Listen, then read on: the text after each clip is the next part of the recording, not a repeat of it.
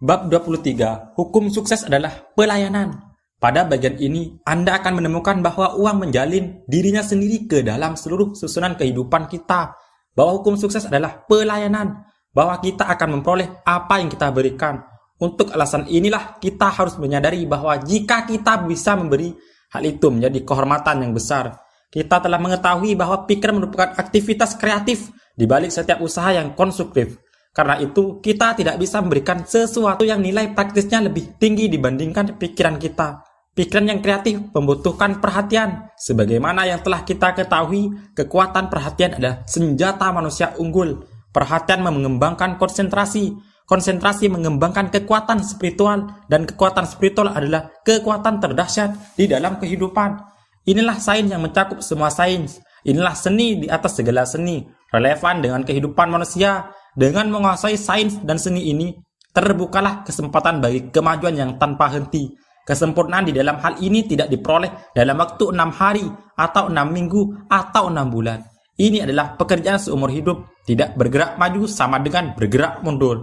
Tidak terelakkan lagi bahwa kegiatan pikiran yang positif, konstruktif, dan tidak egois pasti memiliki akibat yang cakupan jangkauannya luas dalam waktu yang lama. Kompensasi adalah kunci utama semesta ini. Alam terus-menerus berusaha untuk mencapai keseimbangan, di mana ada sesuatu yang diberikan, sesuatu pasti akan diterima, karena jika tidak demikian, akan terbentuk kekosongan.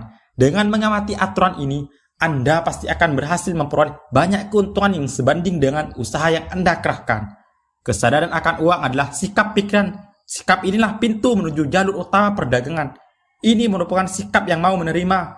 Keinginan adalah kekuatan penarik yang menggerakkan arus. Sedangkan rasa takut adalah halangan besar yang membuat arus itu berhenti atau sama sekali berbalik arah dan kemudian menjauhi kita. Rasa takut adalah lawan dari kesadaran akan uang. Rasa takut merupakan kesadaran kemiskinan. Karena hukum itu tidak berubah. Kita mendapatkan seperti yang kita berikan. Jika kita ketakutan, kita akan memperoleh apa yang kita takutkan. Uang menjalin dirinya sendiri ke dalam seluruh susunan kehidupan kita. Uang menggunakan pemikiran terbaik dari pikiran yang terbaik.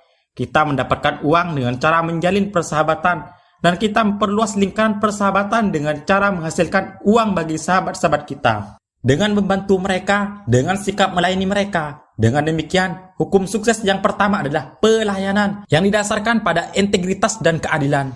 Orang yang niatnya tidak jujur adalah orang yang bodoh.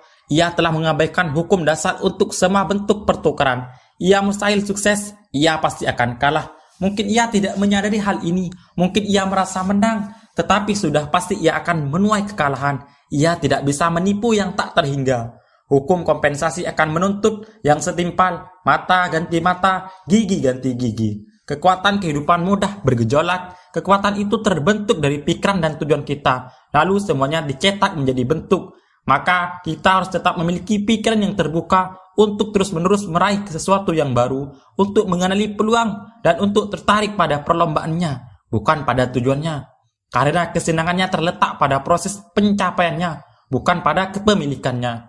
Anda bisa membuat diri Anda menjadi magnet uang, tetapi untuk melakukan hal itu, pertama-tama Anda harus memikirkan bagaimana cara Anda bisa menghasilkan uang untuk orang lain.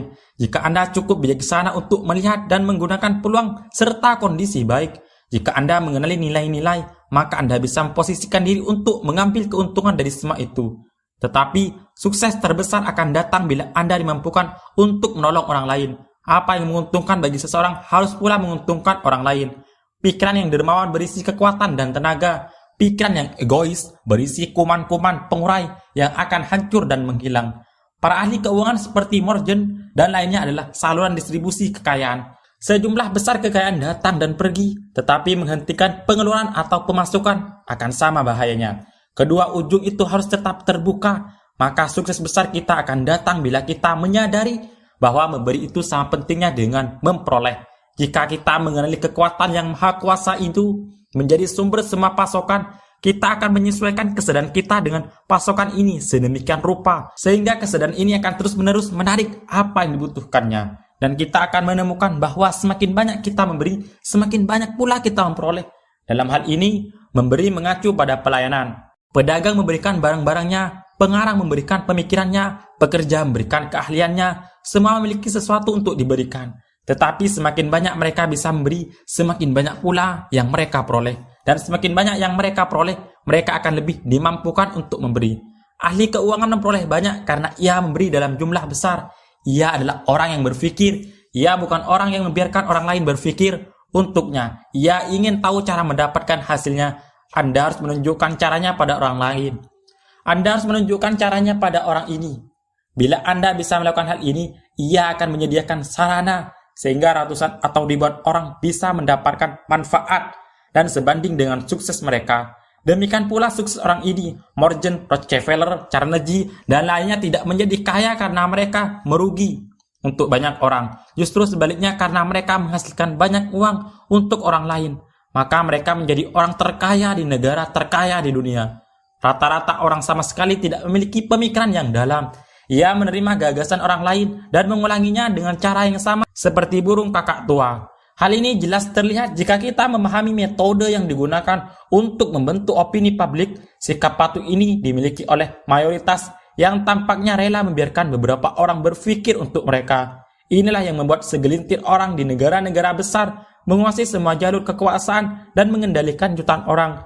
Berpikir kreatif membutuhkan perhatian. Kekuatan perhatian disebut konsentrasi. Kekuatan ini diarahkan oleh kemauan. Karena itulah kita harus menolak berkonsentrasi atau berpikir tentang hal-hal yang tidak kita inginkan. Banyak orang selalu berkonsentrasi pada kesedihan, kehilangan, dan ketidakselarasan. Karena pikiran bersifat kreatif, maka bisa dipastikan bahwa konsentrasi ini akan mendatangkan lebih banyak kesedihan dan ketidakselarasan. Sebaliknya, bila kita mengalami sukses, keuntungan, atau kondisi lain yang menyenangkan, secara alami kita akan berkonsentrasi pada akibat dari hal-hal ini. Dengan cara demikian, kita menciptakan lebih banyak lagi kondisi menyenangkan dan nantinya akan mendatangkan lebih banyak lagi kondisi yang serupa.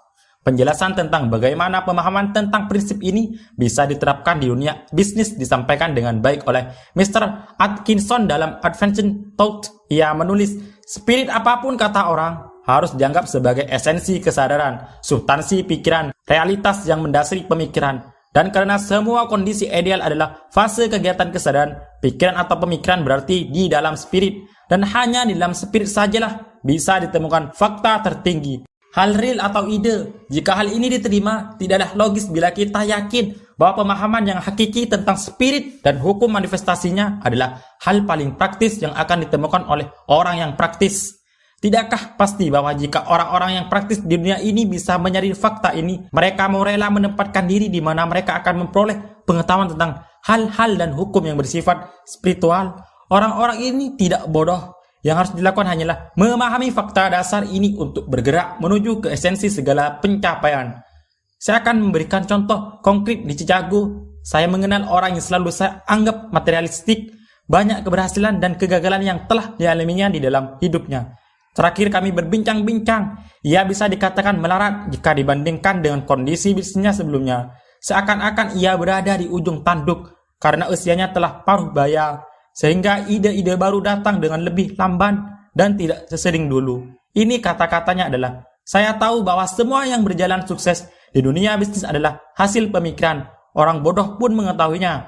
Belakangan ini tampaknya saya kehabisan pikiran dan gagasan yang bagus. Tetapi jika ajaran tentang semua pikiran ini benar, maka individu dimungkinkan untuk mencapai hubungan langsung dengan pikiran tak terhingga. Dan di dalam pikiran tak terhingga ini, pastilah terdapat segala macam ide cemerlang yang bisa digunakan secara praktik di dunia bisnis oleh orang yang berani dan berpengalaman seperti saya untuk menghasilkan sukses benar.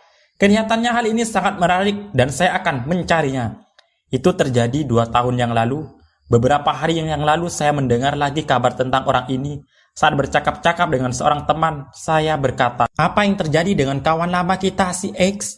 Apa dia sudah bangkit lagi? Teman saya memandang saya dengan heran. Loh, katanya kamu tidak tahu si X sukses besar. Dia sekarang big boss di sebuah perusahaan. Ia menyebutkan nama perusahaan yang di dalam 18 bulan terakhir meraih keberhasilan fenomenal dan sekarang sangat terkenal di dalam dan luar negeri melalui iklannya. Si X adalah orang yang memasok ide besar ke bisnisnya. Keuntungannya sudah lebih dari $500,000 dan akan segera menembus angka 1 juta. Semuanya dicapai dalam waktu 18 bulan. Saya tidak pernah menduga orang ini ada di balik perusahaan itu, meskipun saya tahu tentang sukses perusahaan itu yang memang luar biasa. Penyelidikan menunjukkan bahwa cerita ini benar adanya, dan fakta di atas sama sekali tidak dilebih-lebihkan. Nah, bagaimana pendapat Anda mengenai hal itu? Bagi saya hal ini berarti orang ini telah membuat hubungan langsung dengan pikiran yang tak terhingga, spirit, dan setelah menemukannya, ia mengatur agar spirit itu bekerja untuknya. Ia menggunakannya di dalam bisnisnya. Apakah ini terdengar melanggar kesakralan dan bertentangan dengan agama? Saya harap tidak demikian. Saya tidak bermaksud demikian. Singkirkanlah saja adanya implikasi kepribadian atau sifat alami manusia yang ditinggikan dari konsep yang tak terhingga. Sehingga yang tertinggal adalah konsep tentang kekuatan keberadaan yang tak terhingga, yang intinya adalah kesadaran atau pada akhirnya spirit. Dengan demikian, orang ini harus dianggap sebagai manifestasi spirit. Tidak ada pelanggaran kesakralan di dalam pemikiran bahwa ia yang merupakan spirit menyelaraskan dirinya dengan asal dan sumbernya, sehingga ia bisa memanifestasikan sedikitnya sejumlah kecil dari kekuatan itu. Kita semua melakukan hal itu ketika kita menggunakan pikiran ke arah pikiran kreatif. Orang ini telah melakukan lebih dari itu. Ia melampaui hal itu dengan sikap yang sangat praktis. Saya belum bertanya pada orang itu tentang metode prosedurnya karena belum ada kesempatan. Namun di sini bisa dijelaskan bahwa tidak saja ia menarik pasokan tak terhingga untuk ide-ide yang dia butuhkan dan yang akan menjadi benih-benih suksesnya, tetapi ia juga menggunakan kekuatan kreatif pikiran untuk membangun pola idealis yang dia harapkan akan termanifestasi dalam bentuk materi. Dari situ terkadang ia menambah, mengubah, memperbaiki detailnya dari garis besar yang umum menuju detail penyelesaian. Saya menilai inilah fakta dari kasus ini, bukan hanya karena saya ingat percakapan kami 2 tahun sebelumnya, melainkan juga karena hal yang sama telah terjadi di banyak kasus manusia sukses lain yang telah membuat manifestasi pikiran kreatif serupa. Mereka yang takut menggunakan kekuatan tak terhingga untuk membantunya bekerja di dunia materi harus ingat bahwa jika yang tak terhingga tidak diterima total di dalam prosedur ini, hal ini tidak mungkin terjadi. Yang tak terhingga mampu mengatur dirinya sendiri. Spiritualitas bersifat cukup praktis, sangat praktis sekali. Ini mengajarkan bahwa spirit adalah hal nyata, benda seutuhnya, bahwa materi bersifat mudah diubah, dan spirit ini mampu mencipta, mencetak, memanipulasi, dan membuat sesuai kehendaknya. Spiritualitas adalah hal yang paling praktis di dunia, satu-satunya benda yang sungguh dan mutlak praktis. Pada video kali ini berkonsentrasilah pada fakta bahwa manusia bukanlah tubuh dengan spirit, melainkan spirit dengan tubuh. Untuk alasan inilah maka keinginannya tidak bisa dipuaskan secara permanen oleh apapun yang tidak bersifat spiritual. Karena itu, uang tidak memiliki nilai kecuali memunculkan kondisi yang kita inginkan, dan kondisi-kondisi ini seharusnya bersifat harmonis. Kondisi yang harmonis membutuhkan pasokan yang mencukupi, sehingga jika terlihat ada yang kurang, kita harus sadar bahwa gagasan atau jiwa dari ruang adalah pelayan. Sementara pemikiran ini mengambil bentuk, pintu-pintu pasokan akan terbuka dan Anda akan memiliki kepuasan karena mengetahui bahwa metode spiritual itu sangat praktis.